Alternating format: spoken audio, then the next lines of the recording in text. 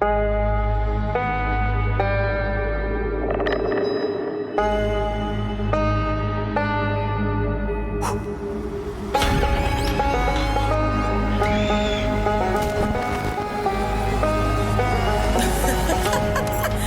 you can't trust County. Let me give you some context because you're going to have to strap in for what I'm about to tell you. Okay. All right. So I get a call from Scott and it's like unscheduled. Scott and I usually like schedule and we're going to call like, hey, you around on Sunday? Could we like have a FaceTime or whatever? Calls me unprompted. So I'm like, something is wrong. He calls me and he tells me about these two people, this couple that I met in New York. And I feel comfortable saying this and I'll get to the end of the story to tell you why I feel comfortable sharing this with everyone. This couple that I know, I've only met them a couple of times, so I don't know them all too well, but they've been together for 10 years. 10 years. They're like our age too. So they've been together for a long time and they just got engaged a month ago. Hold on to that. I'm like, I know this is going the right wonder way. minute. So Scott tells me, he was like, yeah, you know them. The girl, the fiance, she was going to host her fiance, him, and a couple of her girlfriends at her family home in Cape Cod while the parents are there. So they're there. And while they're there, she's starting to notice that the fiance, he's like kind of feeling distant and like not really participating with the group and something seems off and he's like breaking away from the group a lot. He just wants a lot of like alone time. On one of these like walks where he's like walking along the water, he left his phone behind. And she was like, I'm not going to do this. I'm not going to do this. And she ends up caving and checks his phone because she knows the password or it was unlocked. No, do it. Do it. Good. I'm glad. Girl, do I know, it. There should be nothing in there. Yeah. So she ends up going through his text and she was like, this is bad. This is bad. I don't want to do this. Ends up clicking his deleted text folder to which she sees there are hundreds of texts that have been deleted. She then puts the phone down. She's like, I don't want to go any further. She's like, I'm just going to wait until he comes back and I'm going to talk to him about it. I'm going to confront him about it. So he walks back in after his long extended walk by the water. And he comes in and she goes, I got to talk to you. I went through your phone while you were out on a walk. I shouldn't have done that, but I saw that you have hundreds of deleted messages. Why do you have hundreds of deleted messages? And he drops the whole facade. Like he drops his smile and he goes, are you going to break up with me? And she's like, hold on. I hope the not. Yeah. I have an engagement ring. What do you mean?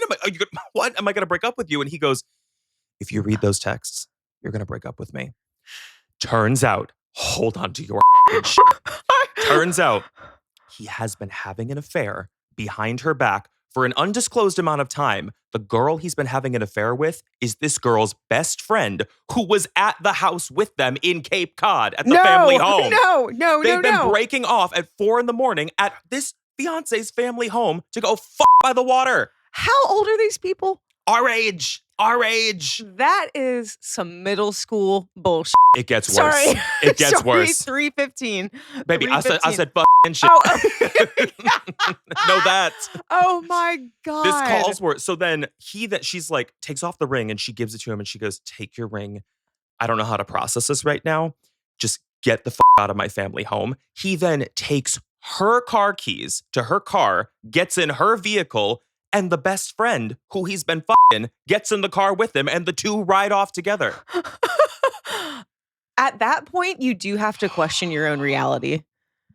That's the thing. I was like, Scott, I know I've met, and the thing is, I met these people. I went to their house. I went to a party at their place, and I felt like such a dick at the time because I met this guy, and I was like, something ain't right. Well, it's that weird feeling where I was like, everybody's friends with them because they are like the fabric of a friend group, them as a couple, and they're in a band together. They had a gig the next day. It's sick, baby. It's so sick.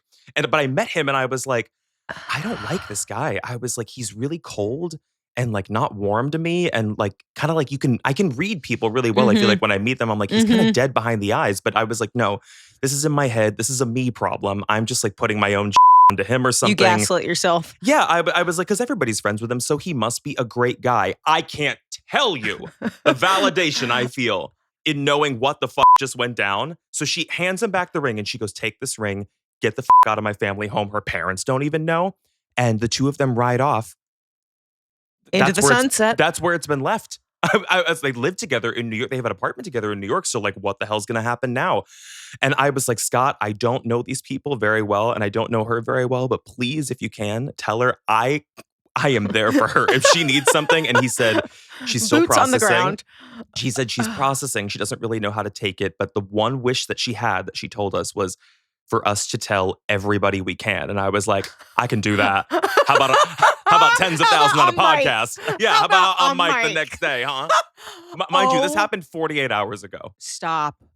Okay. Here's the myself thing a heart about. attack. Oh my God, Sam. I feel like I was just there. First of all, I feel like I am her. Second of all, and third of all, I know the two of us well enough to know that both of us, like you just told me that, and sight unseen, I would show up boots on the ground myself tomorrow with you and a squad.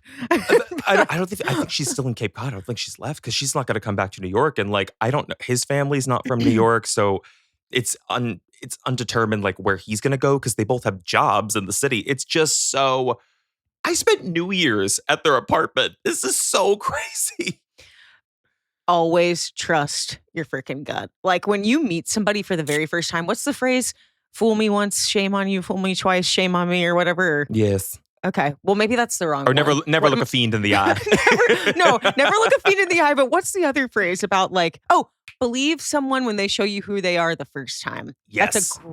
That's what I was thinking of. Like, absolutely apply. And when I send you a picture of him, I hope the context of this will frame the photo because I will send you a photo after this episode, and you'll be like, just as I thought. I can do it right now, actually. Yeah, don't show honestly, it on camera, but I'm going to send it to you right now. Please. I'm so invested in this tea that like I need to see it. I mean, I'll break the story up with a lighter one after, but I was like, I need to do right by this girl, and I need to tell every soul I can about Oh my God, this. absolutely. Creepers, if you can rally and give your good energy to a girl that's hurting. Honestly, our Cape Cod creepers can go ahead and be on site. Well, I mean, he's on the run. He's at large because he took the car. You think I'm kidding? God. So wait, so you said she is keeping, or no, she gave the ring back. Oh, she gave the ring right back. And she was like, I mean, it's beyond like the 1 month engagement, like your fiance. This is her partner, like her best friend of 10 years. The trust issues she will have, that's unbelievable. That's like your entire 20s. Also, I'll have you know, that ring's about to be on that other girl's finger in about 2 seconds. Oh my God. Okay. No, this is a part that is alleged because Scott also, was like, I was like, the picture. Yeah. You can see nothing dead behind the eyes. Yeah, absolutely nothing behind those eyes. I know that man. I've met that man before. When Scott was telling me this, I was in such like I was in a parking lot and I'm screaming in the parking lot. He's telling me this on speakerphone. And then he said something which I didn't quite get the full story, but it sounds like in the midst of all this, it also got revealed that the other woman, the best friend, has also been having an affair behind his back with, if I heard correctly, the drummer of their band. No. This is some incest. Something is so sour in that buttermilk bitch. You're going to say that. It's so sour. This is, I'll tell you what's sour. It's incestual is what's going on. That's so bad. It's middle school BS. That like the fact that you can be 32 years old and act like that is, you need to get checked. The audacity to do it at the family home, her family home when her parents are there. And you guys are sneaking out at 4 a.m. to do what by the water? That is the fact. I'm getting real hot. I'm so sweaty. The fact that they were sneaking around is just. That's a part of it in a weird way. They're like, it's the secrecy that makes it hot. Of course. Sick over it. Oh my God, I'm so sick over it. I really feel like it just happened to me. But which I will say the best part about this is going to be one of those breakups, whoever this girl is, whoever you are, I love you, that she's going to walk away from it and she's going to be like, and move on so fast. Like she will not. That is real positive thinking. I hope so. I think it is. 10 years with a partner, that would put me in the grave. Would put me in the grave. It would put me in the grave, but what I will say is like it could be a long, drawn out, horrible, like sad breakup. And these kind of breakups are like, yeah, I'm gonna have moments where I like think about things and like memories will flood back. But you just did me so dirty, doggone wrong that I'm never gonna forget it. I'll never forget it. A guard up forever, like, but so that's the story. I had to tell you that. That is the true crime of this On episode. a lighter note, got recognized again, but at Target this time. Stop. This is worse than the last time. Oh, God. I went to Target to return some socks because I had ripped a hole in them in several days. And I was like, these socks are disintegrating. I have to return them. So I went up to customer service and I was used socks with a hole in them. Sir, we cannot accept these. Literally my H&M moment. And I was like, these socks are falling apart. I was like, I haven't even washed them. It's been like 2 days. And as I'm trying to return these socks, another person comes behind the customer service counter and he goes, are you on TikTok? No, I'm not. I was like, yeah. And he goes, you're CreepTime. I follow you on TikTok as I'm holding ripped up used socks, sweat stained mildew sock with hole in Stop. bottom. And I'm like, it's so nice to meet you. You can put it right back on the MasterCard. Yeah, yeah. Like I can't go back. Oh, I can't go back. Is that normally your response? Like, yes, I like, how do you? Yeah. Yeah. Because I'm not famous. So I'm like, it would be weird if I was like, no. Yeah. You know what I mean? Like, I'd be like, no, I get that all the time though. That's so, well, I was almost thinking like I would just say no, but not because it's like I'm so famous. I would just be like, no, that's not me. But if they're Like, dead you got the sure that wrong it's one. you, then like that becomes the story. They're like, Right. yeah, I met like CreepTime or Silas from TikTok and he said, no, that's not me. He's freaking weird. Yeah. Exactly. I can Yeah. see that. I mean, yeah. if the Okay. socks with the hole in them didn't do it, then me denying who I am would have done it. That's so I'll tell you this. My bestie Gunny Connors that I've talked about on friend the of the podcast. pod. Friend of the pod. She was getting, I don't think she would mind me sharing this, Botox the other day. And she was like, mid-injection, my esthetician, we were talking about podcasts and I mentioned CreepTime, huge CreepTime fan. She No was like, way. so I was like trying to connect with her about it, but it's like needles. Gives her a full inside my- syringe. yeah. And I Just was has like, a giant bulb on her forehead. and I was like, can you tell her like I'm kind of needing a Botox plug? Like I'm thinking about it. She was like, yeah. Oh my God, that's an easy one. Botox, anybody could do that one. Yeah. Come to my kitchen at 11 p.m. Yeah, we can have like a Botox party like the Housewives used to do back Yes, in the I could day. definitely get some on Shein or Temu for sure. And we'll return it the next day. Yes, the unused syringes. Oh, Oh, my also, God. I have a house guest. I didn't mention this. He's being camera shy, but Rufus is here, Molly's dog. Oh, Rufus. I was hoping to show him on camera, but Oh. he's very camera shy. So he's watching How I Met Your Mother on mute behind me. Stop. Isn't it funny how animals actually do watch TV? Certain animals. He Some of them loves- don't care. We watched Wednesday all last night. We finished the whole series together. Talked about loved it. Talked about it this morning over coffee. It was a little scary. Some of the thunderstorm stuff was scary, but he liked it. Oh my God. Whew. But yeah, that's Makes me- my hard cold open here. Well, that was quite the open. I'm excited. I'm like, God, I feel like that's about it. Like, I was gonna say, I was like, and thank you so much for stopping by CreepTime. But we actually have a really interesting case to get into today, and because this came from a creeper suggestion, and I get nervous with covering these sometimes because I'm nervous that we're gonna have crossover because we look at the suggestions so often that and we don't tell each other before, like we're gonna research like what we're gonna research because we want it to be kind of a surprise. So I was nervous halfway through doing this. I was like, oh damn, I was like, what if Stu already started research on this? So I'm curious, have you looked at all at the Bumblebee murders? I have not. You have not? Okay. No. This is kind of a found footage case, which is a little different for us, but I'm going to send you some pictures right now, and I'll have these up on Reddit Creepers as well. So let me get this in your hands.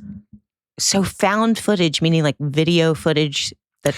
Not video, actually disposable camera shots that were developed of a camera that was possibly to be destroyed. Like it looked like somebody tried to destroy it. Forensics was able to develop these photos, and they are the linchpin of what makes this case mysterious. So I'm going to drop this in the studio chat. Okay. Ooh, I'm spooked. Okay. Let's see. You're really going to need to strap yourself in for this one because Okay. it's quite something. And like I said before, I'm going to get into it. It is a creeper suggestion. So I do want to mention the person who brought it to me. I first saw this Please case tell me it's Shree mentioned- the Bee. It's not. It's Damn not. it. No.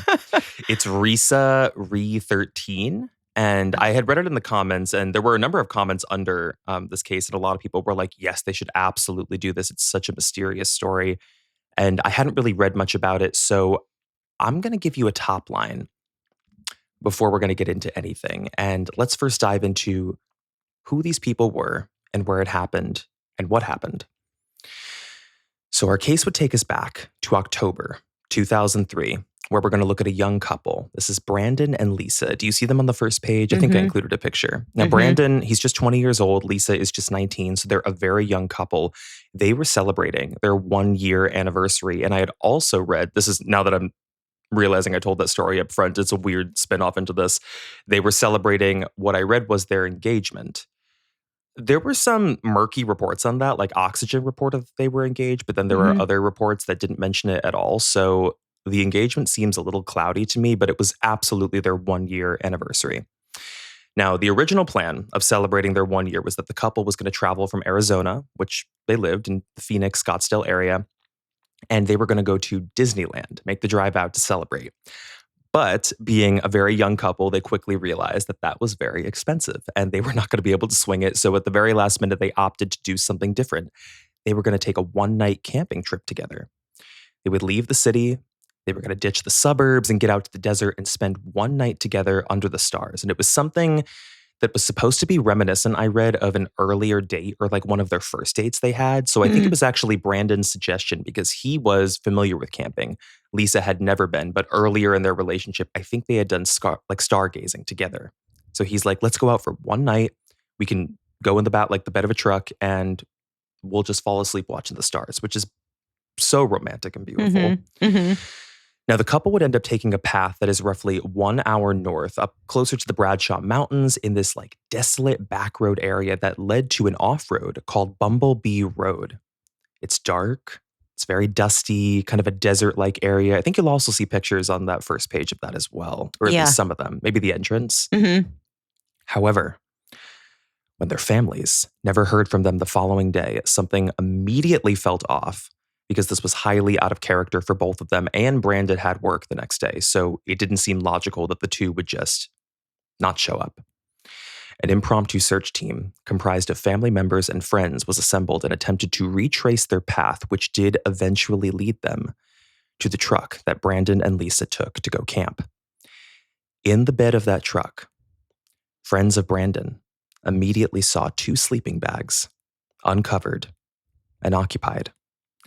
Inside each were the corpses of Brandon and Lisa having been shot multiple times, and a scene that quickly spiraled into a murder investigation. But one of the most bone-chilling finds at this crime scene, just about 100 feet away from this truck and where the bodies were located, was that disposable camera I mentioned. Police found it, and it was broken in half and was believed to be an attempt to destroy the camera. However, forensics was eventually able to develop the entirety of that film roll. And most people would fixate on the last 3 photos that were in that film roll. And that's what we're here to talk about today. So let's just pause there and let me get your initial thoughts and reactions to the setup of this case. Okay. Well, first reaction, he looks a little bit like the dude that you just showed me a picture of, the Cape Cod story that we were talking about at the top of the podcast. He does have a similar look for sure. Kind of looks like him. But second of all, that's not where I thought that was going. I thought that he was going to have taken her out there and then her body was going to have been found. I did not think that this was going to be like a double homicide. Well, in the beginning, it was so mysterious to police because it almost looked like a murder-suicide. And that was quickly ruled out when they realized that there is no murder weapon at the scene. So this very quickly spiraled into homicide. The question is, what is the motive? As we would learn from some of the more mysterious details of what was and was not found at the scene, but also, how do we explain the last 3 photos on the disposable camera? Weird. Okay, I feel like maybe I have seen one of these pictures before. Like it's just like them in the bed of the truck, right? They are the last 3 photos, which we'll get into a little bit later in the case, are 2 single shots. One of Lisa alone in the bed of the truck and one of Brandon in the bed of the truck. And they're almost in the exact same position. Their backs are to like the edge of the truck, and then their legs are spread open, and their expressions to me looked pretty normal out of context, but their families and friends insisted these expressions were very out of character for them, or very forced. And I also thought it was odd that if these were single shots that were taken like one of each other, if you look at the blanket positioning and the actual details of the truck bed, it's the exact same space in the truck, meaning that one shot was taken of Lisa in that space, and then Lisa had to move, and then Brandon had to go sit there in that space, and a shot was taken of him. But the final photo is really the most mysterious because there is an overexposed photo that seems to show what forensics believe is an interior light fixture and a hanging plant, some kind of indoor space that happened to come on their path on the 17th when they were out there. However, there is no confirmed sighting or credit card statement or any evidence that they went anywhere other than to this desert area. So what we can deduce is that they were inside at some point, or at least on a porch somewhere. We just don't know how that factors into the story of their murder. Weird. Oh God, that's so scary to think about. Like somebody, I don't know. In my mind, I'm already thinking somebody approached them and was like, let's chill. Let's hang out at my place that's nearby. And then it went haywire potentially. I don't know yet. Well, that's the thing. I mean, we're here to unpack it. So I'm going to Yeah. go through every detail that I have about this case, everything that was found at the scene, the way the truck was found.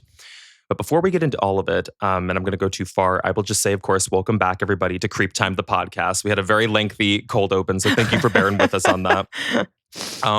Yeah, we're excited to be back for another Friday episode. If you're brand new here, I'm Silas Dean. This is Stu, and we host the show every single week for you. So if you don't want to miss it, please stick around and follow or subscribe to the show. You can also turn on the bell notification if you don't want to miss a brand new episode. And if you do want to support the show and you're loving it, you can always leave us a positive review on Spotify or Apple Podcasts. And the last thing I will say here is that, of course, it is very, very helpful when you spread the show through word of mouth, whether you tell a friend, a family member, a coworker, or you bring your partner into Creep Time. That helps to elevate these stories, get them out to more people. And if you want even more Creep Time, premium Creep Time is always an option for you, baby. You can get that Always on Spotify. there. It's always there. You can even do a 2-week free trial on Apple if you want to try it out and unlock over 70 premium episodes, all at your fingertips. And no censorship. None, baby, because they just had to sit None. through at least 50 different bleeps that I'm going to have to edit in. Yeah, I'm like, oh God. But with all of that said and established, are you ready to dive into the Bumblebee Road murders? I am so ready. And so, sorry, I feel like I was like jumping the gun. I'm ready to solve the case. No, well, I mean, I'm going to give you some context here because as we would learn, the case has been cold for over 20 years at this point. So there's very little to go off of. And they've only ever looked at a handful of suspects, and they've only ever publicly named one suspect in this who was eventually ruled out. So in many ways, I tried to give this the benefit of the doubt, and I was like, maybe they're treating this kind of like how they handled Delphi, where like the public, we just don't know many of like the minor details. But I would reckon, based on what the families have said, that some of this is just shoddy or negligent police work. Okay. Sorry, I've got a entire truck going by right That's now. Rufus. That's Rufus like doing a little dance behind you. What, the trash dog. truck?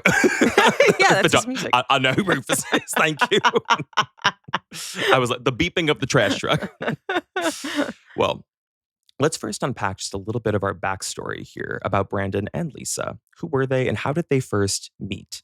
So Brandon Rumbaugh, he was born in Phoenix on May 7th, 1983, and he was the only son to the parents Robert and Desiree, who sadly will be instrumental in the discovery of their son.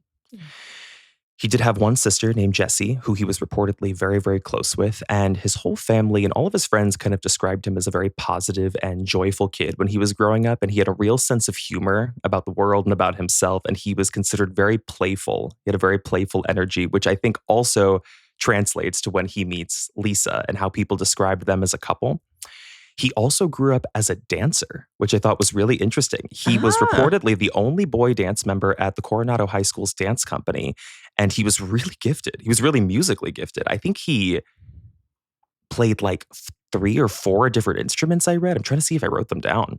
That's so But funny. Because I was like looking at the picture of him on the first page on the like bottom, and he's got kind of like an NSYNC vibe going on. I don't know if Yeah, well, it was 2003. It was like Yeah. of the time, So but he grew up as a dancer, very musically inclined. And I'm trying to remember the exact instruments he played, but I do know by the time he was a teenager, or I think when he got to his adult years, he was a drummer in a band. Oh, okay. Yeah, pretty eclectic. So then he leaves high school and he ends up attending Arizona State University, ASU, and he ended up serving in the Marine Reserves until he was medically discharged about 2 years in due to a knee injury. And I think this pivot in his timeline is kind of interesting because he became pretty fixated on his physical rehabilitation and getting his mobility back to a better place. And this actually turned him on to a new career path. He was really interested in becoming a personal trainer. And he became very excellent at this and eventually expressed aspirations of owning a gym one day. So he's a pretty tough go-getter, I would say. He's accomplished a lot in his life before he's even 20 years old. Yeah? Yeah. And he also has he's varied interests, which I think is cool. I think he seems unafraid to just kind of chase whatever it is that's interesting to him at the time. Yeah, in my mind, I had imagined all of this kind of happening through his 20s, but no, he was 20 years old. So I'm like, what the hell were we doing at 20? Yeah. Baby, I have no idea. One finger up my nose, the other on a Snickers bar. That's what I had going on. I was just going to say thumb up my you-know-what, but I was like, I've said that too many times. Never about yourself, though. Always about others. I know. So that's what we know about Brandon. So let's shift into Lisa. Who did we know her to be? Lisa Guerreri. I had a tough time with that last name. She was born on July 14th, 1984, making her just 1 year younger than Brandon. She was born roughly in the same area. She grew up all her life in Scottsdale to her mother, Paula, and then I believe she had 2 brothers, Neil and Denny. But sadly, Lisa's father was not in the picture later in her life as he had died from cancer, I read, just about a year or 2 prior to her death, which is tragedy I can't even imagine that this family has gone through. Yeah. So in large part, when she was, 16, 17, her uncle Mike stepped up and he wanted to be a part of her life, her brother's lives. And he just wanted to kind of exist as a co-parental figure to help her mom, Paula, who was doing it on her own at this point. Mm-hmm. She would go on to graduate from Mesa High School, and then she would attend Mesa Community College, which I read is where she met Brandon, which I was kind of confused on because he went to ASU. So unless there was maybe a period of overlap where she took some classes at ASU or he took some classes at Mesa. I'm not really sure how that worked, but the two did eventually meet. And I think they crossed paths officially in 2002, which is when they get together. She was a bright, warm person, and everyone kind of gravitated towards her. And what was so funny to read about what her friends had talked about with her is that she had this fixation in college on the movie The Wedding Planner. Do you remember that movie? Of course, yeah. It's a great movie, but she really fixated on that because she was, studying, I think, business management in college, but she wasn't totally sure what she wanted to do after school.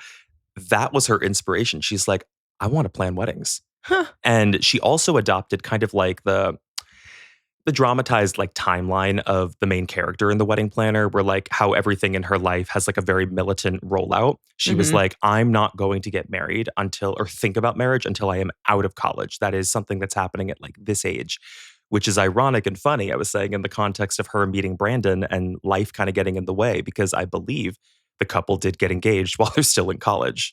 So she just fell in love hard. Yeah. Life just gets in the way, So that's how the story went. The two fell fast and they were described to be pretty similar and really compatible. They were both young, vibrant, and playful with each other, like I was mentioning, and their relationship seemed like it was going in a positive direction. So everybody could see the two were wildly connected. So how does this all go wrong on a fateful night in 2003? Before I'm going to press any further and actually shift into the timeline, because a lot of this episode will actually be taken up by a discussion of theories, how do you feel about the setup for Brandon and Lisa and the people that we knew them to be?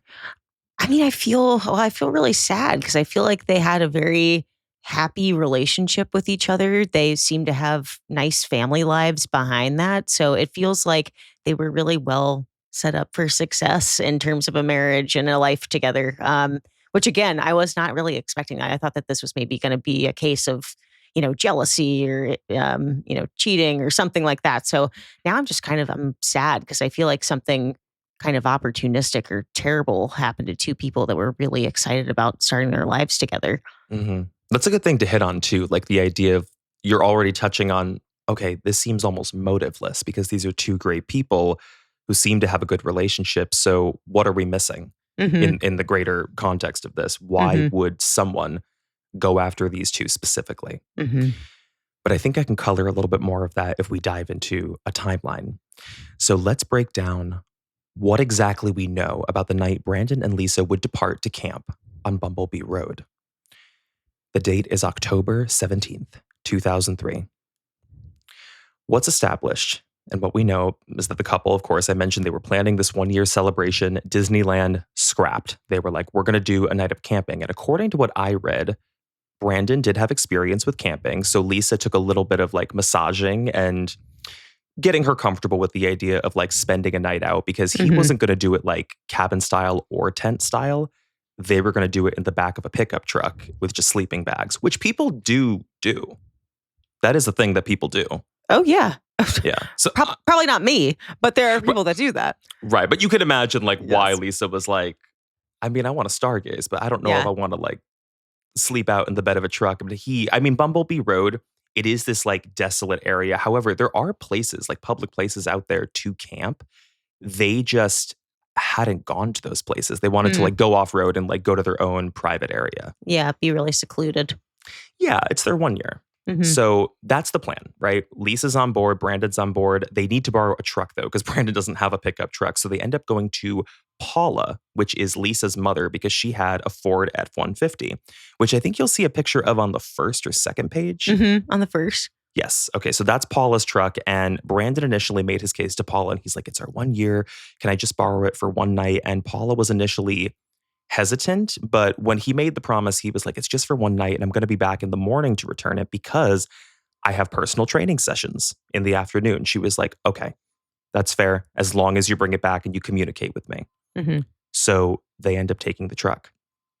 That night, what we know is that Brandon and Lisa get in the truck. They've got all their gear. They've got their sleeping bags. They've got food, wine, whatever.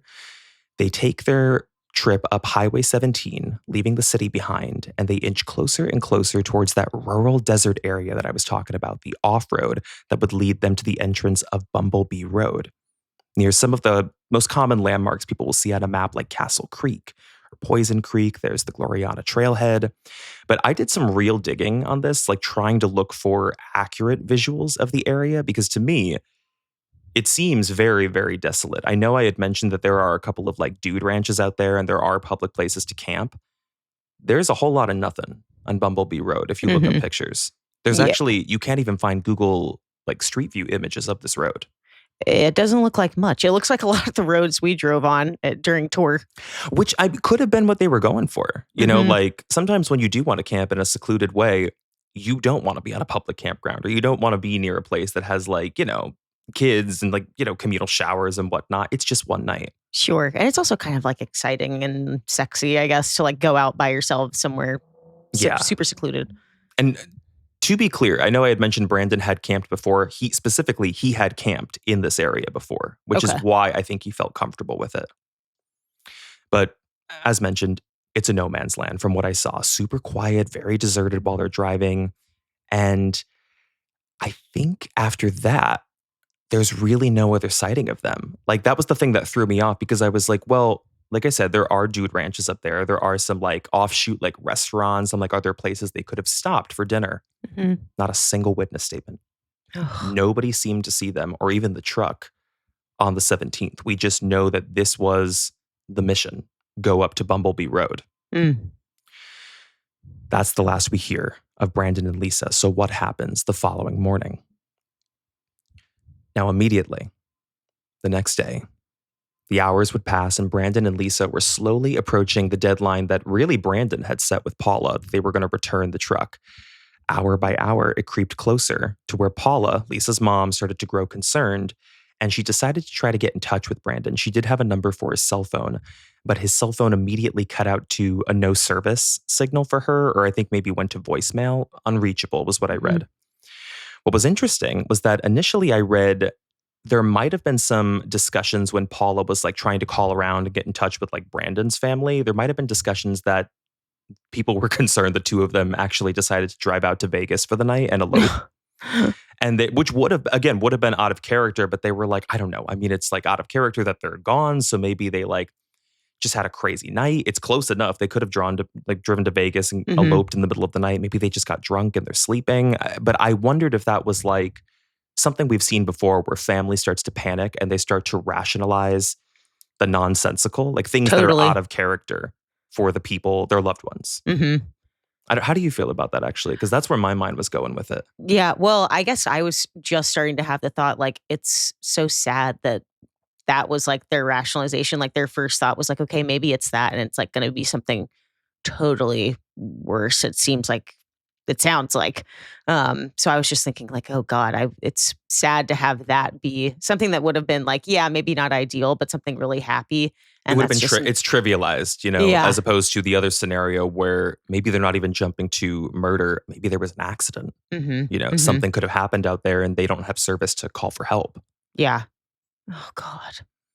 So I just wanted to mention that because that was the first thing that came to my mind. I was like, it's funny that I think both sides of the family, both Lisa's and Brandon's, jumped to the same conclusion. They were like, could have been Vegas. Maybe they went out to Vegas. Mhm. So Paula is continuing to call around and she even gets in touch with Brandon's friends as well. And this becomes kind of a group effort pretty quick because they've been MIA for a while now. And this is very unlike both of them. It's not like them to just go off the grid. Brandon's family ends up gaining quick access to his bank account because they were like, well, this could probably like give us more information if they did end up going to Vegas or they ended up getting a hotel somewhere. They saw nothing, which further proves the mystery I was getting at before, that there's no evidence of them going to a restaurant or like any other establishment where it would have needed a card Mhm. that night. They just went out to Bumblebee Road. So Paula, at this point, she ends up making contact with the Mesa police. County police did not do very much in this case. I will set that up from the get-go. But she also knows that county police, they're not going to move their ass because these are two adults, a 19-year-old and a 20-year-old, and they're a couple. And police are actually leaning towards the same theory that Paula and Brandon's family had started to talk about. They were like, maybe they just spent the night out and went to Vegas or did something crazy or got drunk. So they're dispelling any story of something sinister happening here. So Paula decides to assemble a group with Brandon's family and they are going to go out and start searching immediately. So they searched and they continued to call pretty much all day, all through Saturday the 18th, where they were still trying to get in touch with Brandon. They were trying to retrace up Bumblebee Road. Nothing was found. And this carried all the way through until Sunday morning. So at this point, Brandon's friends, they are heavily involved and they are going up the road and they wanted to help and try to retrace some of his steps on Bumblebee Road because they roughly remembered where he might have camped a couple of years prior, which was very helpful in this case. Mhm. So one of his friends ends up driving a car with a couple of other friends and they're trying to retrace that off-road path. And this is on the 19th, closer to the afternoon, when they finally do spot something. It is up this location that in the distance they see the white Ford F-150. So the friends approach, and when they immediately pull up to the car, they notice that there's nothing really else around. It doesn't look like they built a fire. It doesn't look like any of their belongings are kind of like thrown around or that there was a struggle. So nothing seems very off immediately, and they're not totally sure where Brandon and Lisa are. They end up looking up to the windows. They kind of cup them. Nothing seems off inside the car, or inside the truck, I should say. And then they get to the bed of the truck. When they walk to the bed of the truck, as mentioned, they find those two sleeping bags, which are occupied. And all they would have to do is unzip and pull down the top flap to see that Brandon and Lisa are there, and they've been shot at least 5 times each. Oh my God. So this would really begin the mystery of what's going to happen in this case and what investigators are going to find. And it's much more mysterious than it presents, I will say, from the get-go, because these friends are completely distraught. They're in shock. They have no cell service because they're out in the middle of nowhere. So they get back in their car, they get to the nearest police station or the nearest place they can to call, and thus begins the investigation. So before I'm going to dive into what is actually found at the scene, and most importantly, what is not, initial reactions to the discovery of the bodies and the mystery of what happened between really the hours of like 7 p.m. to like the next day on the 17th. Yeah. I was like cinematically kind of visualizing the moment that they walk up to the car and they're probably thinking to themselves, oh my God, these two like maybe they're hungover, they've been sleeping, all day, or what are they doing out here? And then to unzip. Yeah, well, it's been 2 days at this point. So I think that, right. that concern is like getting even scarier. Like Yeah, something yeah. could be wrong. Yeah, something like they could have, I don't know what they were thinking, but to know that whoever did this to them put them inside of the sleeping bags. Or I guess the thought is maybe that they just were shot while they were sleeping. I'm not sure. But that's such a just horrific, chilling image to like unzip that bag and see your friends not. And then the worst thing is having to leave the bodies behind to go to the cops. That was the thing. I mean, in hindsight, it is kind of the best thing they could have done as opposed to disturbing the crime scene, which we've seen a number of times. I think it was just the immediacy of knowing we have no way to contact anybody about this. So we just have to drive to the nearest location we can to get service or get in touch with someone or find a police officer because there's nothing we can do. That's so scary. And I believe the families also, I mean, once this was getting around and other people were called, I believe the families also came to the scene and did see the way that this was unfolding. However, the scene was, for the most part, secured from what I read, which is why I think the integrity of this investigation is really interesting to pick apart piece by piece. So I kind of want to get into that with you now. I want to, this part of the story, I really want to push through to like give you all the details up front because there is so much discussion that has to happen about what's left behind. So what was immediately discovered at the scene of the crime? The investigation was overseen by the Yavapai County Sheriff's Office. And while the initial intake of the scene was pretty tight-lipped, similar in many ways to, as I said before, the Delphi case was handled, there appeared to be no immediate sign of struggle. This is what they reported. There was no fight. It seemed to be that there was no real blood that was scattered on the ground. So that's why initially they were like, this looks like a murder-suicide because it was contained to such a small portion of their campsite.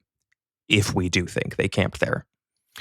This would very quickly be ruled out, of course, because we would learn that the murder weapon is missing from the scene. There appeared to be no motive for robbery, as almost all of the couple's belongings, including credit cards, cash, IDs, everything was still in the truck.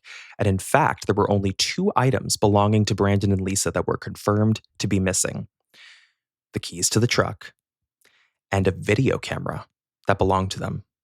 The video camera has never been found to this day. And I question why a video camera would have to be taken unless it captured something it wasn't supposed to.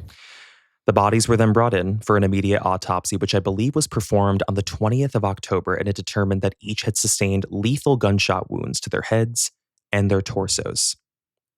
Based on the positioning, and this is something you hit on just a minute ago, the positioning of the remains, it is believed the shots were fired while the couple was asleep, or at the very least, they were relaxed and stargazing together, so they did not see it coming. Brandon's body suggested that he probably was asleep based on how close range the shots were on him. And then there is some evidence that I saw in what the examiner said publicly that maybe Lisa woke up in the middle of the attack and she saw what was happening, but then she was quickly shot in the head. There appeared to be no evidence on either body of sexual assault, which also ruled out another motive here about like why somebody would do this.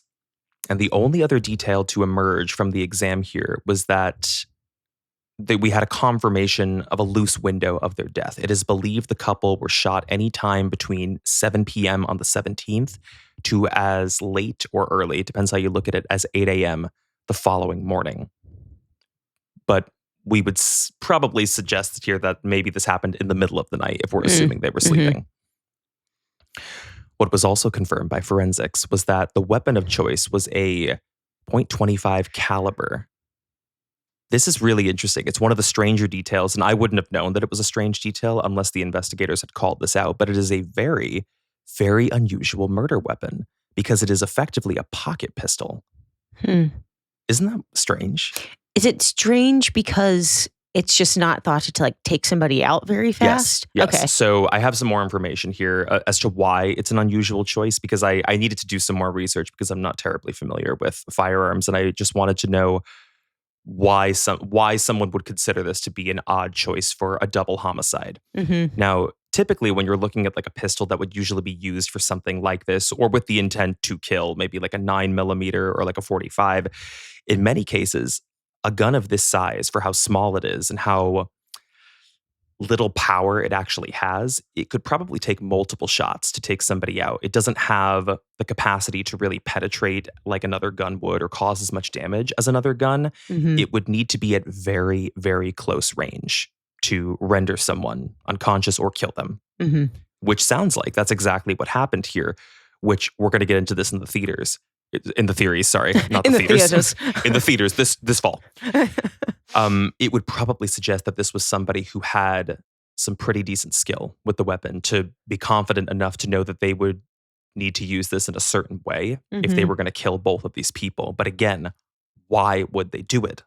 That's the big question. Why would they do it? And also, I mean, I can understand, I guess, the pistol for one person, but you've got two people there. Like, you got to make that happen very fast if you're going to expect. I guess they were asleep. And they but- did. And that's the thing is, it Yeah. kind of, I mean, if we assume Brandon was asleep, Brandon was immediately shot in the head. And then it sounds like when Lisa woke up, she was then shot in the head. And then each of them received a total of 5 shots total in Oh each my body. God. So whoever this was, they knew that the gun was not as powerful and would require a number of gunshot wounds to probably finish what they started. And I would assume if they were smart enough, they would know that the gun's going to wake up the other person, whoever they decide to shoot second. So Mm-hmm. that's very interesting. It's like creating a profile for me, I guess, a little bit of like who that type of person I did would some be. profile work on this towards the end. I'm Okay, going to talk okay. about that in the theories because I thought the same Sorry. thing. I was like, what kind of person like has this skill but also has this intent? And Yeah. I was able to like whittle it down into 3 core psychological motives that could have informed the kill. Okay. But that's cart before the horse. Okay. The other forensic find here that we should mention is the disposable camera, as talked about in the beginning. Now, not far from the campsite, like I said, the disposable camera belonging to the couple is located, and it was described to be broken in 2, but it was unclear. I had read this initially that it was intentional, like somebody had tried to destroy the camera because, again, it was found 100 feet away from the truck. Mhm. However, some people think that it was just thrown and maybe was intended to be found. It just happened to like split in 2 just from the fall because they're Mm. cheap, right? They're plastic. Yeah.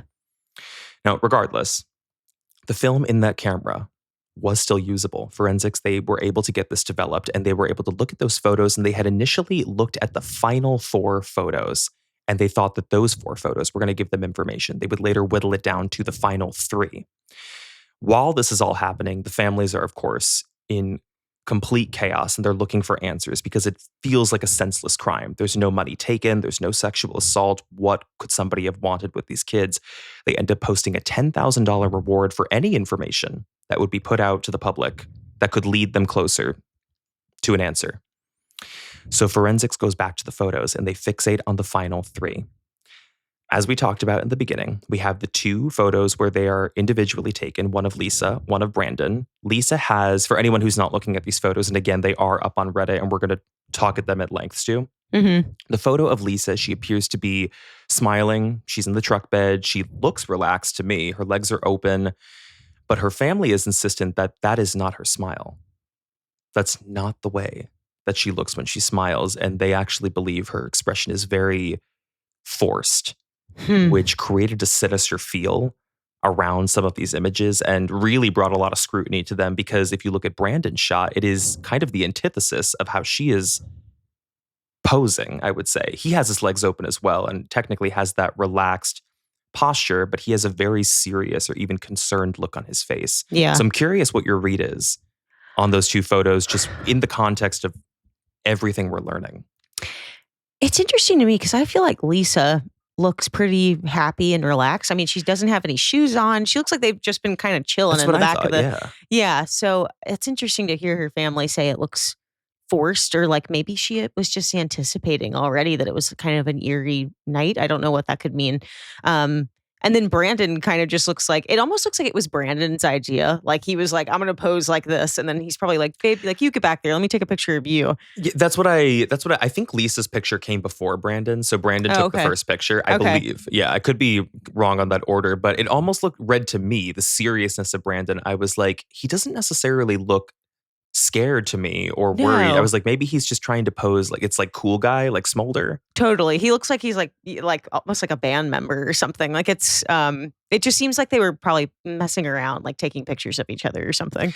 Which is weird because both of these photos come in the context, I believe, after the photo of the unknown interior. So what this would suggest is that somewhere in their timeline earlier in the night, they were inside somewhere, in some place.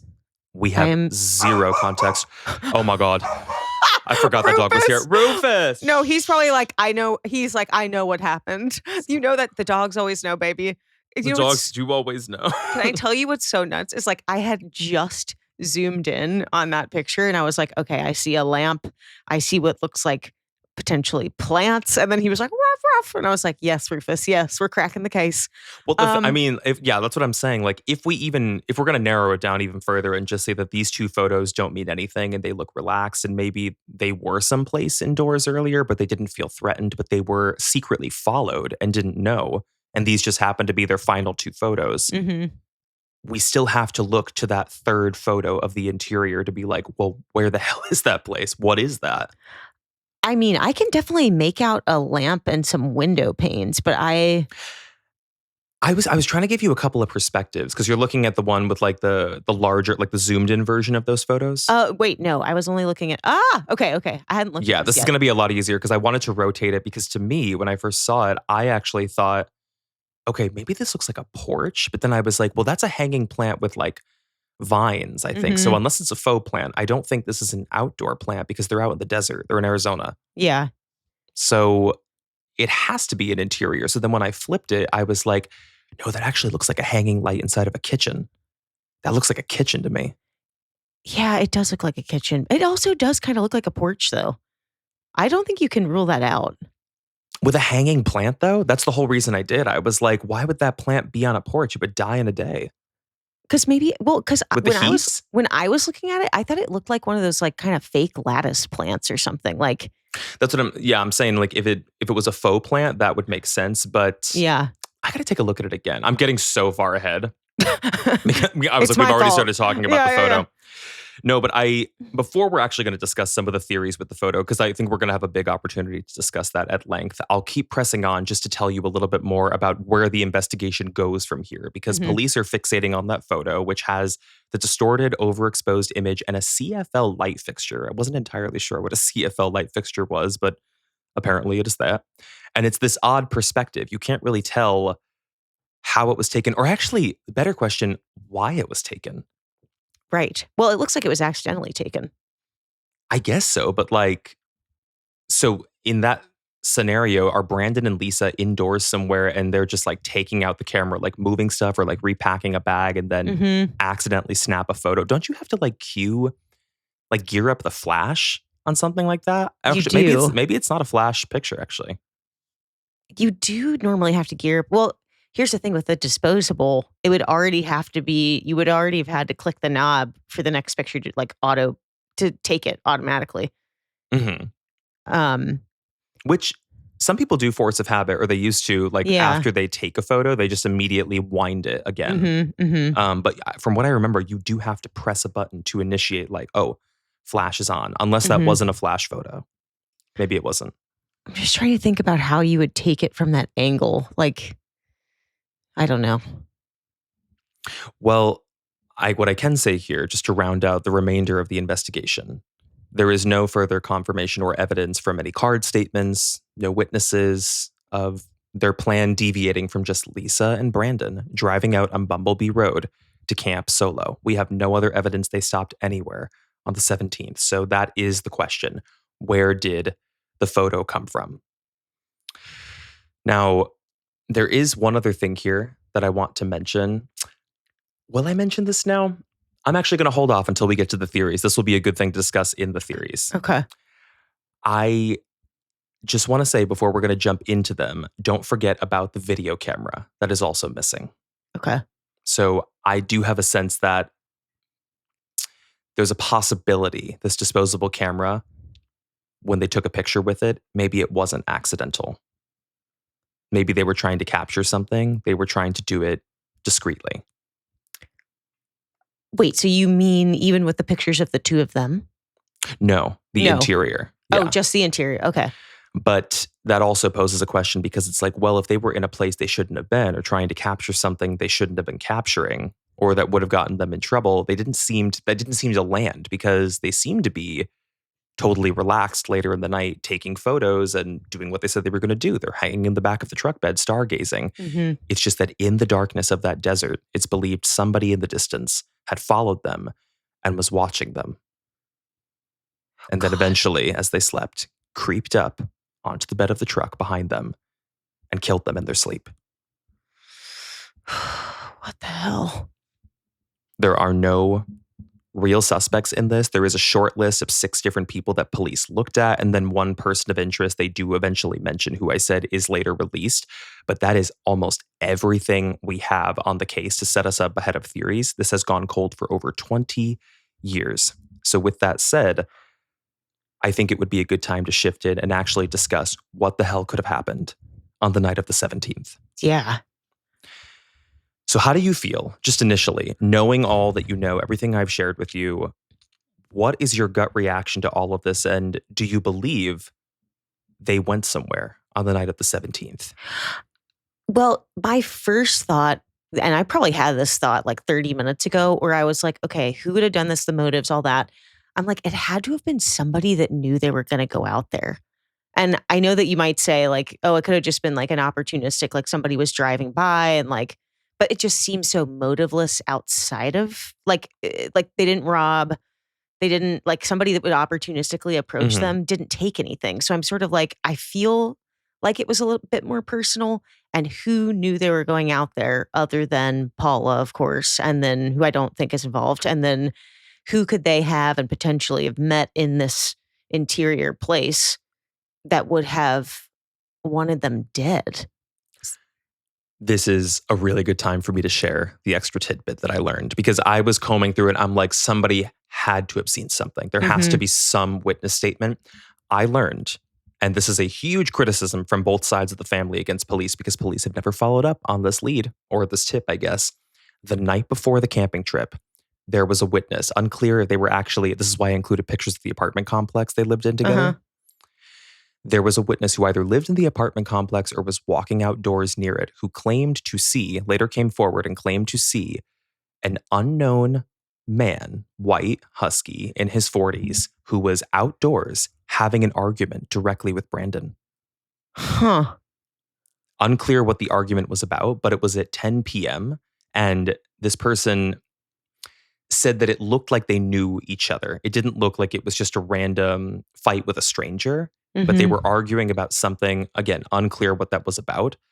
The next night, Brandon and Lisa are found shot dead, or they are shot dead, found on the 19th. And I don't know if you know this off the top of your head, but like about how far away was their apartment from Bumblebee Road? Roughly an hour north. Bumblebee An Road hour is roughly north. an hour north. Okay. Because I'm like, damn, he would have really been pissed off, whoever this guy was, to go drive all the way out there. And he would have had to know they were going there. Well, or he could have just tailed them the whole day because Brandon, imagine it. So Brandon gets up the next morning. To me, I'm like, this has got to be the linchpin in all of it. But at the same time, it still doesn't really accurately reflect like the mystery of the final photo indoors, the interior shot that we can't make sense of, unless that is a false signal and maybe it happened at a different time and like got screwed up at the development. I don't know. It doesn't sound like that, but I don't know. Is it possible the next morning, since they, neither of them were really working, they were going to just pick up the truck and get some supplies, and then they were going to make their trip up to Bumblebee Road while it was still light out? Is it possible that this person followed Brandon pretty much the whole day? The picking up of the Ford F-150, going to the grocery store to get supplies, if that's what they did, and then followed them an hour north until he saw the perfect opportunity. This couple is out in the middle of nowhere in the desert. It couldn't be a more perfect crime. The other mystery around that, I guess, if we're leading with the foul play scenario, this is foul play. I shouldn't say it's anything other than that, but the eeriness of the crime scene is that there were no other footprints or tire tracks found, which actually raised some questions as to whether or not this was even the place the two were camping initially, or if they were shot in a different location while camping, and then the truck was driven out there, and then somebody walked off while covering their tracks or with booties on or something. Also, how do we explain how they took the car keys and then how did that person oh, sorry. I'm trying to think of like, okay, the tire tracks, I guess, could they have been the perpetrator's car? And then why would they take the car keys? Well, that's what I'm saying. It's like, well, if they took the car keys, maybe it was because they assumed I've killed them. I think I've killed them. But if I haven't, if there's any chance they're just wounded and they're going to get up and try to save themselves, if I take these car keys, they're not going anywhere. Okay, that They're tracks. miles and miles away from any sort of help, any sort of cell service, any main road. So it could have been a scenario where this person just took their chances and they're fine. They're able-bodied. They're healthy. It's the middle of the night. They're prepared to walk miles and miles away, as long as it means this is going to be leaving the truck further away from wherever the crime may have happened. That's what I was thinking. That makes sense. But again, we don't know for sure. And it also doesn't really make sense to me as to why they would leave the disposable camera but take the video camera, especially if they did try to break the disposable camera because they thought there was some footage on there that would be damning. Why would you not take that as well? Why toss it? I would imagine only that they would know there was no shot that they had been caught on that camera. Like does that make sense? Like I would imagine, yeah, like they wouldn't have taken it because they were like, they never took any pictures of me that I saw. And I would have seen that like with a flash on with a disposable. Then why even break it? Why even throw it? Yeah. Maybe just in like an enraged thing. I don't know. That's so weird. Unless it was just like a instinctual thing where maybe they initially thought that like, I'm going to destroy the cameras. And they threw that camera and then realized, no, that's not a smart move. I should just take the cameras and I should hide them in my own personal belongings. But they had already thrown the disposable. So they then couldn't find it because it was like over 100 feet away from the truck. Also, why not take the film? Like, that's the most damning part. Well, that's what I was saying. I was like, I think maybe it was like a knee-jerk reaction where they're like, I'm just going to destroy the whole thing. And then they were like, no, that's stupid. That's not how I should go about this. I should take the whole thing with me. But then they had lost the camera. Yeah. And they were already panicked because maybe there was gunfire in the area or they just wanted to get the hell away from the crime scene. Don't leave any more evidence. I don't know. That's so weird. Yeah, that doesn't make any sense as to why they would leave that behind, though, when they've taken the video camera. Unless there is total surety that they were not captured on the disposable, but they knew for a fact they were captured on the video camera. Yeah. But who the hell would that be? Where would that be? And why? I mean, I'm like, I don't know. And I'm envisioning some sort of scenario where the person starts approaching and maybe the two of them are having fun taking pictures. They're like taking home videos together in the back. And like all of a sudden Brandon turns and sees somebody coming. But that's not what happened though, because they got shot in their sleep. So no, that could have been a part of the story though. Well, let's like run with that. So you're imagining that they're out there camping and then somebody in the distance, maybe somebody who's local to that area, because there are people who do live out there, again, like on a ranch or whatever accommodations they have, they approach them for whatever reason. And it's in the middle of Brandon filming Lisa. So he accidentally captures this person, this man, let's say, on camera. And then does the guy then warm them up a little bit or butter them up by like talking to them and then invites them in to have a drink or something, get to know them or suss them out? And then that's where the photo came from, inside a location or at the porch of a location. But then clearly the exchange must have ended in like a very fine way because it seems like Brandon and Lisa then go off again on their own to just camp back in the truck and everything seems fine. They're taking those pictures. We think they look fine. We could be wrong, but they look fine. And then in the middle, they felt fine enough. I'm going to say they felt fine because they felt fine enough to stay and to go to sleep. And it seems like Lisa is the type of person that had she had an inkling of something being wrong, she'd be like, let's get the heck out of here. Because she's not, I mean, this isn't her ideal. Would. Yeah, anybody would. But this already isn't her like ideal, getaway. I think she's like doing it because she knows her boyfriend or fiance is really jazzed about it and excited. And she's probably like, okay, it's this will be a fun experience. But Mhm. I feel like she's the type of person that would be like, okay, that was a weird interaction. I don't feel safe. Like, let's go. And I think that to your point, her expression, I feel like would show that had she felt that way. I agree.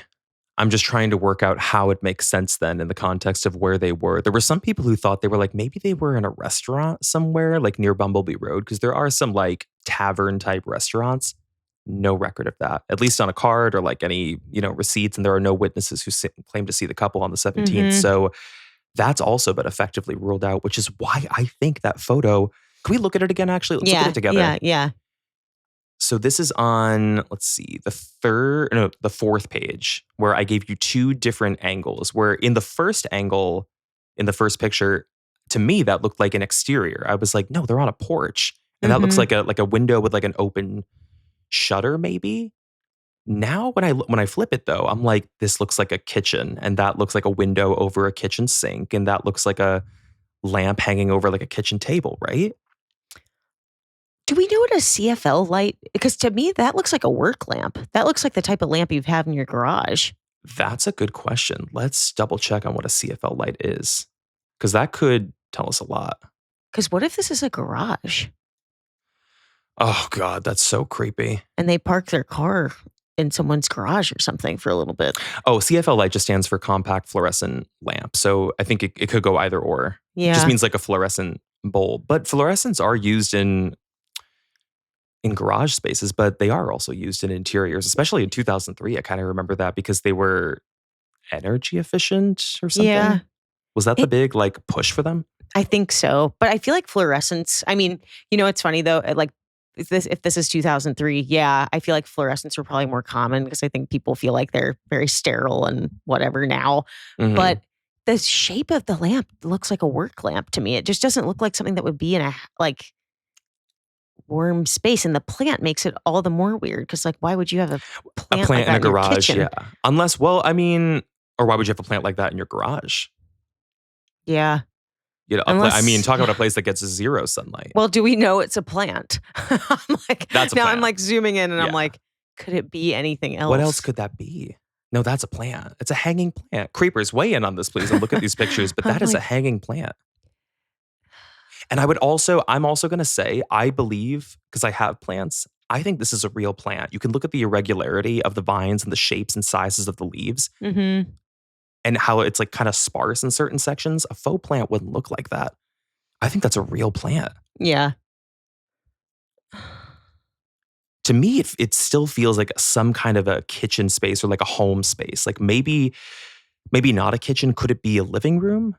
Maybe it's an Mhm. open space. Maybe it's a trailer, like a camper that they're in. I'm also trying to make out like what is in the corner underneath the lamp. Oh, good question. Do you see that? Like it looks like a Yeah, little like yeah, yeah. figurine or something. I'm like, I see what you're talking about. I can't tell what that is. I can't even tell really which orientation is correct for the window. I know. And the other weird thing is like, what is this white? Like I would assume that's like a wall, like a barrier, the white that's there. But is that a person? I think that's the overexposure. Like I think that's a part of the film Okay. that's like nuked out, but I'm Okay. not entirely sure. Because at first I was like, oh, maybe that's the sky. And that's why I thought it was a porch shot. And I was very Mhm. confused. I don't think it is. Yeah. Now that I'm looking at it, I'm actually thinking the way the first picture is oriented might be correct. Because if you look at the lamp, look to the top picture and the left of the lamp. Do you see that little like curved stem attached to the lamp? Yes. Does that look like it's attached to like the wall or like the window pane? I don't know. In my mind is like having trouble seeing it. I like keep seeing it as like being attached to the ceiling, like a drop down lamp. I'm starting to see it another way, that it might be Yeah. attached to like the wall. And the only lamps that I know that are attached like that to a wall are like exterior lamps. They're like yeah. like outdoor spotlights, Yeah, or like yeah. motion lights. It But why would they be there, and why are they taking pictures of this place? I know. And they're certain that this isn't from their own apartment. Like, Yes, they're certain. That's so freaking weird. What the hell? Could it have been that when they were out there, since they had a lot of time to kill before it was maybe going to get dark, they decided to do some walking and maybe they found what they thought was like a nearby abandoned house or something? But doesn't it look like the lamp is on? Yeah. Oh, definitely is on. Okay, so if a light is on, they definitely probably didn't think they were walking into something that was abandoned, right? Yeah. Yeah. Yeah. Yeah. I mean, you can even see the reflection of it being on in the window. It's so weird. I just can't imagine that they would willingly go into a stranger's place if they were just invited out on this trip, especially if this is her first time camping. But it kind of seems like that's what happened. Yeah. I guess my question is that in conjunction with what we know about the argument before, like the night before at 10 p.m. with some guy versus Brandon, and it was like a personal grievance. Are the two correlated, or is one a non-starter where maybe that argument was just isolated and that was left back in like Mesa County or in the Phoenix area where they were living? I think they were actually living in Scottsdale, if I'm not mistaken. Or is the picture a non-starter where it could have very well have been that they were followed out by somebody who had a grievance, a personal grievance against Brandon, and somewhere in their timeline there just happened to be this weird detour where they met somebody out near Bumblebee Road and went into their place for like a normal chat or maybe like a drink or something and then Yeah. went off on their own. My gut says that the argument with the person at the apartment complex is unrelated only because of how far away and how much time passed.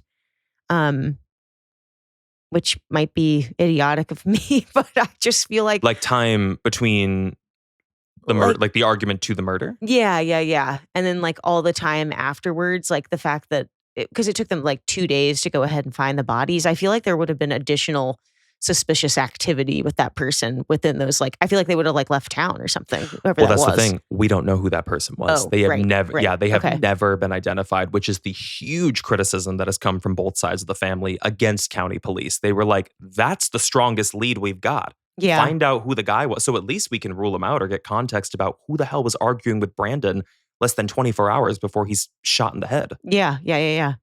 Because it doesn't seem like he gets into arguments often, Brandon. It seems like that's very strange. That was the other thing. I was like, what the hell could they have been arguing about? The person you argue with outside of your apartment complex at 10 p.m. is a neighbor. So I'm Yeah. like, is it somebody who lives in the complex? They never found out. Are we sure this is a plant? I keep zooming in on that because I'm like, what if it's What do you not? think it would be? Garlic cloves hanging, maybe? I'm not kidding. I'm being serious. I know. Okay. I'm only looking because it almost looks like a sort of like baskety looking thing at the bottom, which I know could be the basket for the plant. But I'm like, could it just be anything else that would indicate like if we're in like is that a chair? Is that like, are we in a space where people are like, Do you want me to flip the orientation? Maybe that will help. yeah, let's see. Hold on. Because I think the way we're looking at it is upside down. So I'm going to flip it. I'm like, real time editing, baby. Give it to me. Yeah. See, does that make any more sense when it's flipped that way? Oh, wait. You know what? You know what it looks like now?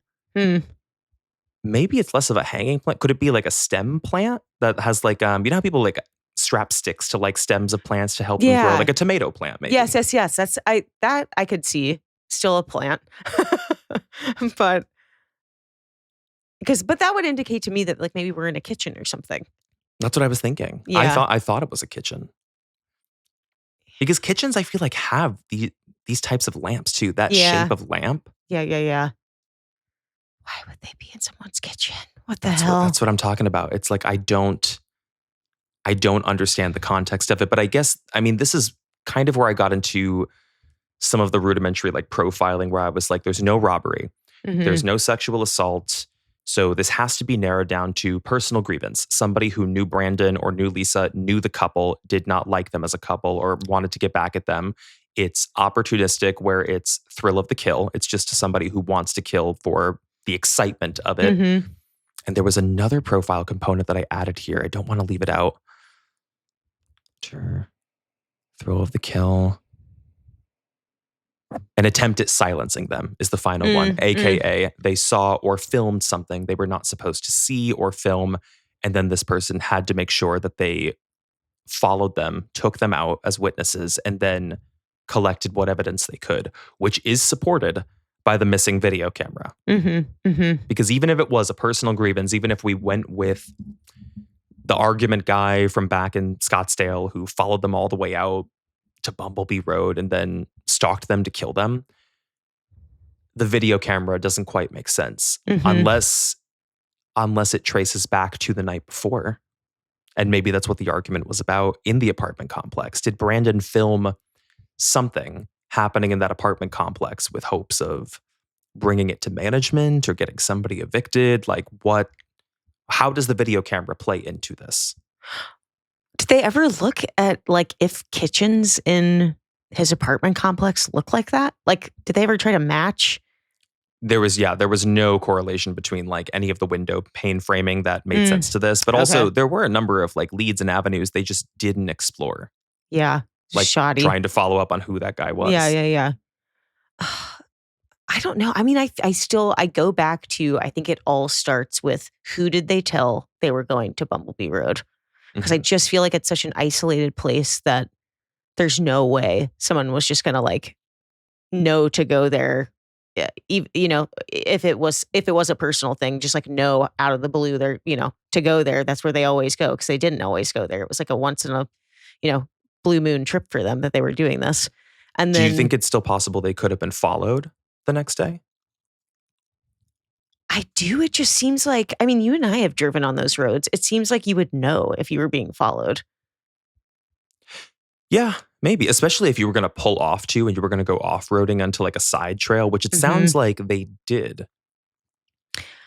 This is sinister. I shouldn't say this or bring it up, but I'm going to throw it out there. Like the friends that he had been camping there with before, was there any, not that I expect you to know this because it seems like it was only good stuff between the friends, but I'm like, could they have had any bad blood? Like people that were familiar with Bumblebee Road. I'm just like, who knows that area?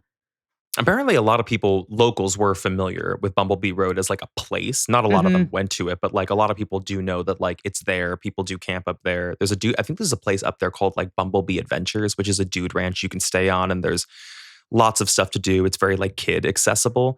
So people did know it, for context. Like if like they saw someone driving up Highway 17 and then they took one exit off, people would immediately know like, oh, they're going to camp at Bumblebee Road. There's no other reason to go there. Yeah. The friends, they have never been officially linked in any capacity to this, so I wouldn't probably go down that avenue. But like I said, there are 6 or 7 people in a contained list that police said they have looked at in the past, but only one has ever been named as an official person of interest.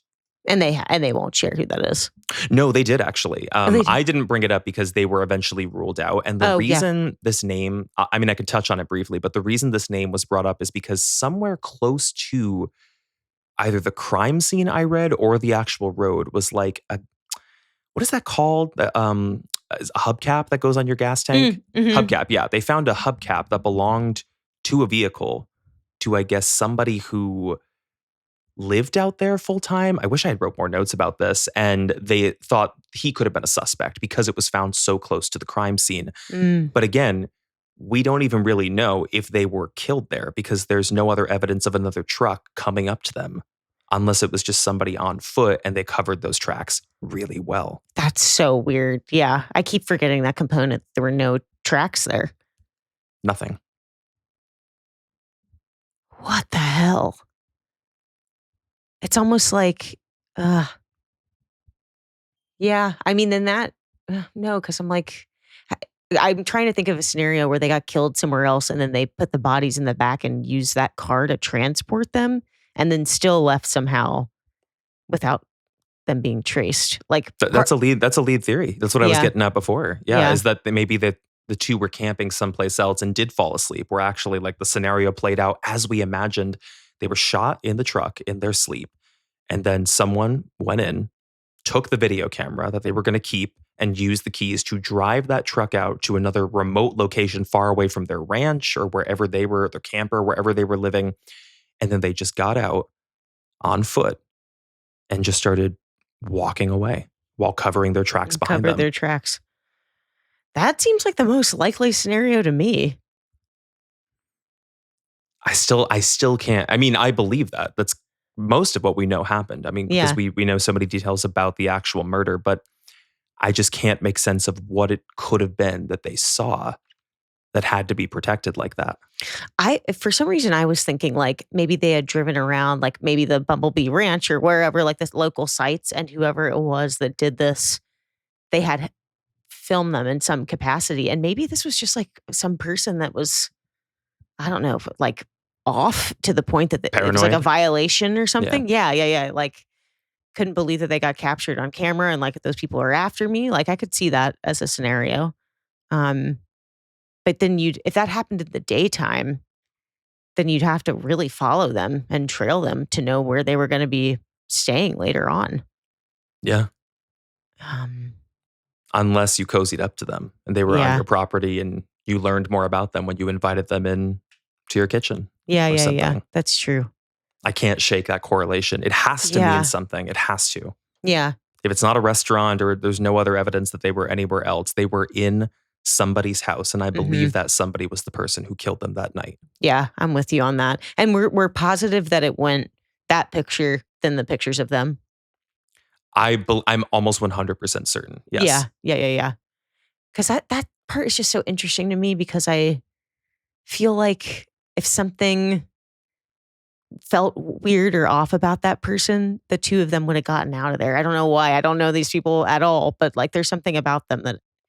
So it's interesting to look at the pictures of them and they seem so happy because it just very clearly they were either just very blissful or that person was such a great actor that they came into contact with that they really were just they had no idea that was going to happen to them and how sickening is that to think about. Or they thought, I mean, they could have even driven far enough away where they were like, well, he's not going to know where we went. You know, we drove like way off road and we're all the way out here. Like, we're safe out here. We'll keep the car lights off. The morning, we'll head back. We'll go to the police. I've got it all on tape, whatever it is. Yeah. They just had no idea that somebody would be hunting them that night. And let me tell you this, like, I don't want to get us too far off track, but as somebody, I've had one experience where I was followed in a car and tailed, and then all of a sudden they showed back up like 5 minutes later to try to like catch me. Is this the story you told on here? I think so. Yeah. In college. You've told this before. Like, I'm having that moment right now where I'm like, actually, that could very well happen. So like, check yourself because like in my mind, I'm like, who would really, like, who wouldn't expect that like if they had a weird interaction with somebody, like who would just be like, oh, it's fine. I'm sure they'll go away. And I'm like, you did that. Like you thought that person had long been gone. And then 5 to 10 minutes later, they were trying to T-bone you to like catch you. So it's totally plausible that like they could have been hunted. And I think so, especially for someone who knows the area, maybe like a local who knows those roads and lives out there full time. They did say in the initial profile the police put out that they believed that whoever did do this was probably a hunter, which I thought was interesting and maybe counter to the choice of weapon. But they were like, no, based on how we think this happened, the nature of the stalking and maybe coming up to them in the middle of the night and the accuracy of how they were able to shoot with such a low grade pocket pistol, they believed this was somebody who had skill and knew the area well. I believe that too, because it really kind of feels like the only motive to me is the thrill of the kill, like you said. And that's a hunter. That's a hunter's profile. I guess so. I disagree. I think there's something in that footage for sure. Yeah. I think it's definitely about silencing. But what do you think it is? Like what was captured on film? Yeah. If you had to guess. Kind of like what you said before, it would have had to have been something that was wrong, but not so overtly shocking that they were like, we have to leave tonight and go to the police. It sounds like they videoed what they could and then for some reason got away and just decided to stay the night. Or maybe they were lost because it was dark at this point and he had never driven on those roads in the middle of the night, like in the pitch black.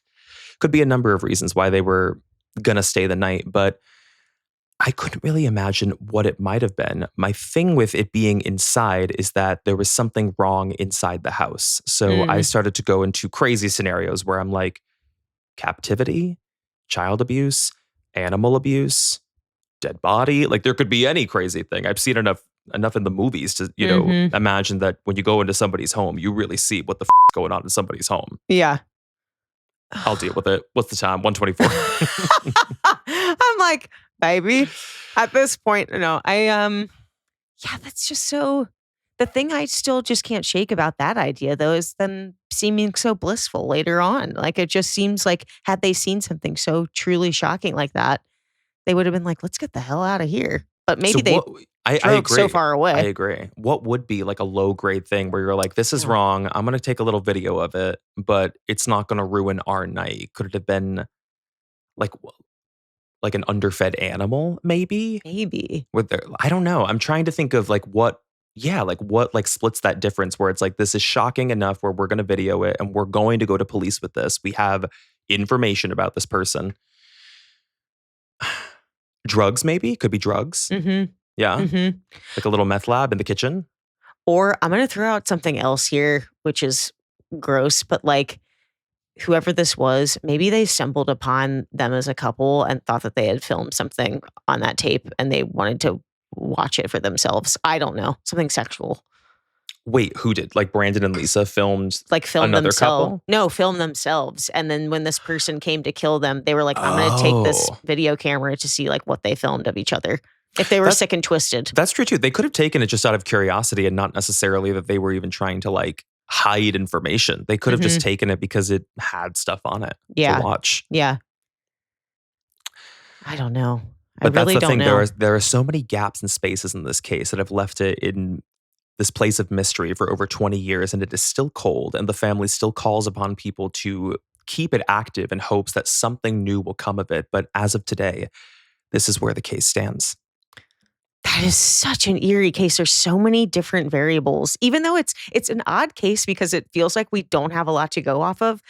But I feel like we do in a weird way. Like, I know It really it's is only only three a pictures. couple of weird details that really like throw the whole thing into like endless conversations about what the hell could have happened. Yeah. I feel like if somebody did, it's a shame that we don't, well, maybe we do have the technology, but like that overexposure, God, if we could only just see the other half of that photo to really determine where the hell they were, that could lead us down a whole nother path. I'm hoping one day we will. Yeah. I really am, because I really do think that there's enough with this story and there's enough of a lead that was not followed that if police were to get back on this, there might be some more information that comes out. Yeah, I agree. But until that day, this is where the case stands. So I want to thank you for listening to it with me and for going through all of those theories with me. I know this was very theory heavy and very theory driven. So thank you to you and thank you to the creepers who suggested it. And I'm sure we'll engage with the theories just the same. Oh, yeah. I'm sure they have their own or else they wouldn't have suggested it. So we need to get to the bottom of what y'all think. That was so interesting. That was a lot. I know. Yeah. An After Dark will be needed for sure. Oh, baby. I'm fiending for those. No, yeah. Which is, by the way, After Dark is back for anybody who hasn't been, listening or watching. CreepTime After Dark is the comedy after show that we have as a way to sort of decompress after doing a deep dive into these cases and really looking at the evidence piece by piece. It's just a way to take our minds off of it and to give you a little bit of relief. So if you do want a little bit of light after CreepTime, the podcast, levity, you can, baby. some levity. You can check out CreepTime After Dark. It is our after show, and it's probably right down in the description on Spotify. Yeah. And leave us words on Reddit, After Dark suggestions, because some of them right now, I'm excited to get into them, but we need more. I feel like we're going to be coming up dry. I'm working on the theory that I think the more obscure the word is, I think truly, I think the better our conversations will be. Like, I thought about something crazy. I was like, what would be a crazy, like what I would imagine a crazy hard word? And I was like, fabric. I'm sure we could talk about We're fabric. like, the fabric of our lives. What is that? I'm like, I just pulled that out of my ass. That is from something, though. I have Where is no that idea from? what that's from. The fabric of our lives. Weigh in the comments, creepers. Tell us what part of Stu's brain we just unlocked. Oh my God, baby. Thank you so much for listening to this, and thank you to the creepers again. We will be back with another episode next week, but for now, we are going to say goodbye. Good luck, y'all. We'll see you then, creepers. Bye. Bye, creepers.